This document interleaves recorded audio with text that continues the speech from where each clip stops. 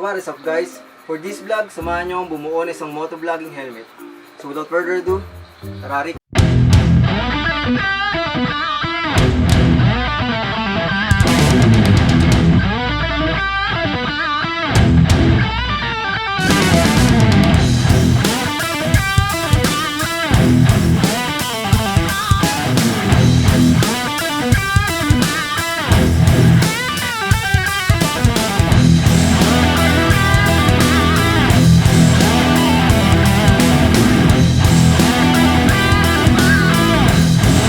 Bago natin simulan ang pagbuo ng motovlogging helmet, ano ba ang mga kailangan natin? So syempre ang helmet. So ang gagamitin natin dito ay ang AGV Sole Luna 2015. May custom spoil. So ang next ay ang action camera. So ang gagamitin natin dito ay ang Hero 5 Black Edition. So isasama ko na rin yung pagkakabit ng tempered glass para sa GoPro Hero 5. So next ay ang GoPro mic adapter. So syempre ang kanyang case, yung gagamitin natin ay ang Ulanzi version 2. So next yung mic. So para sa mic, dapat ang gagamitin natin ay ang TRS, pang tip, ring, and sleeve. Huwag tayong gagamit ng TRRS kasi hindi siya compatible para sa mic adapter. So gagamit rin tayo ng J-hook na mount, pati ang extension. So dito gagamitin natin ay yung original na J-hook. So naka-experience kasi ako sa mga previous na J-hook na ginamit ko ay madali siyang mabasag. So nag-order ako ng original para mas matibay. ABS siya, ABS plastic. So extension ko ay aluminum para hindi rin madaling mabasag. Next natin ay ang GoPro mount. So dito may custom GoPro mount ako na ginawa ko lang. So may nabibili naman yung mga kinakabit sa helmet. Dami naman sa online shop, tulad ng Shopee at Lazada. Dito ginamit ko ay epoxy saka 3M na pang mount. So matagal na siya nakakabit dito. Simulan natin ang pagbuo ng motovlogging helmet.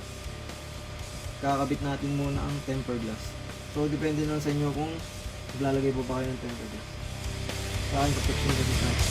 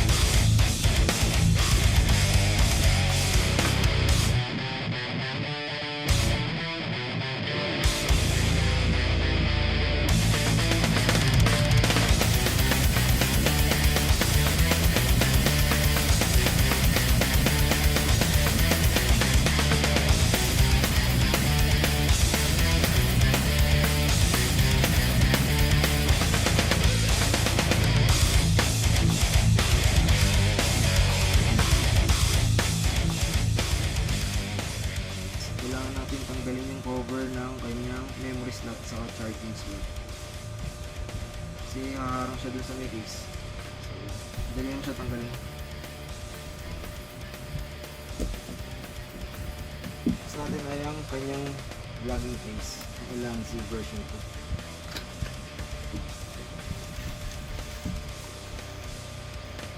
2. Yun, kasama siyang sticker.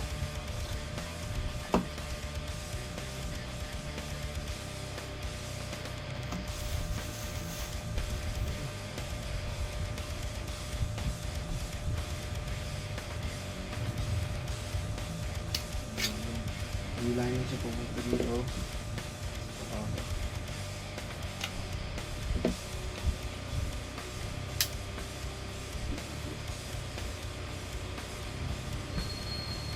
Next natin ay ang GoPro 3.5mm mic adapter.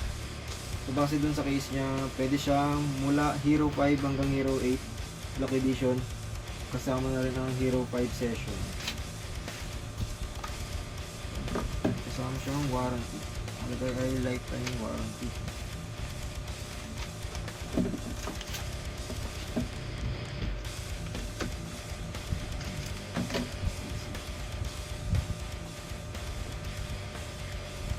Ilusot lang sa dito.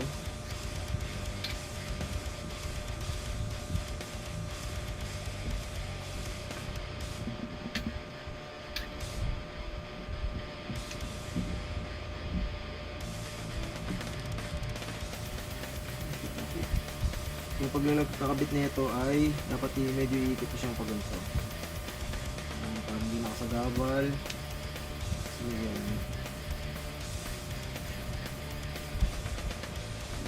Masid.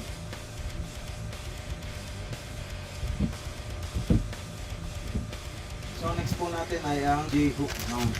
So dito ang in-order ko sa online ay ang GoPro na J-hook mount. So, original yung binili ko kasi yung mga na-experience ko dati, nababasag yung mga ganito. So, ito, ABS plastic kasi dun sa seller. So, yun, may kasama siyang free sticker. So, next natin ay ang extension. So, depende na kung gagamit yung extension. Yung mga naman na mahaba, dito kasi sa AGV, medyo nakayuko siya. Kaya kailangan ko siya na extension. Ang in-order ko dito ay aluminum. Mas matibay kumpara sa mga aftermarket na extension. Mga plastic lang na gawa. Pagkitan natin siya. So, sa J-hook.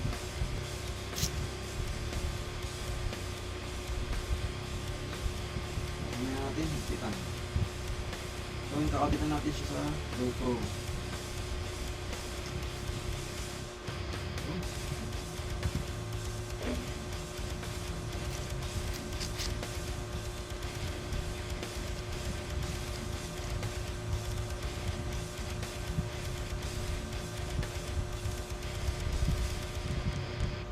So mga magtatanong nga pala kung saan nabili kong J-hook mount sa itong aluminum na extension, lalagay ko na lang sa description below.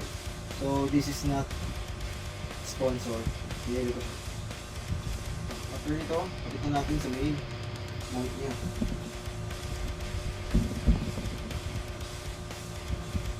So dito sa helmet ko nakakabit na ang kanyang mount.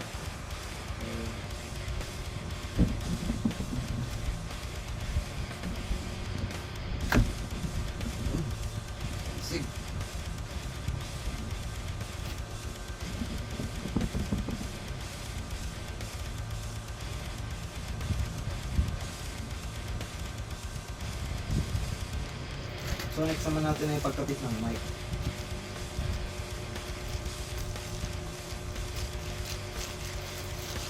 So sabi ko nga doon sa simula ng video, gamitin natin ay ang TRS o tip ring sleeve. So yung tip ring sleeve ay yung may dalawang ring na kulay itim. So yung TRRS, katulad na sa mga headset natin sa cellphone, hindi siya compatible dun sa mic adapter ng GoPro. Makakabit mo lang siya dito. Tapos tago mo lang yung mahabang wire dito sa may mga tabs mo.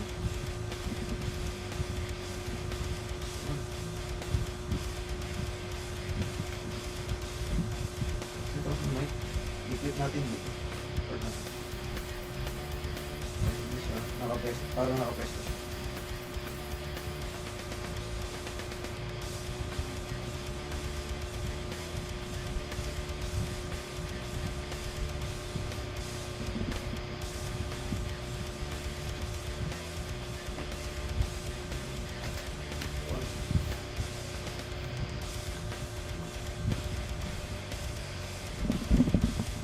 So So ready na siya for motovlogging.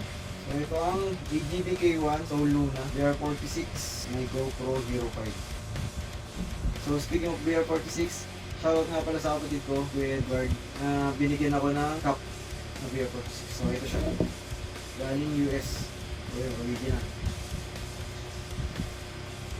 Napakaangas.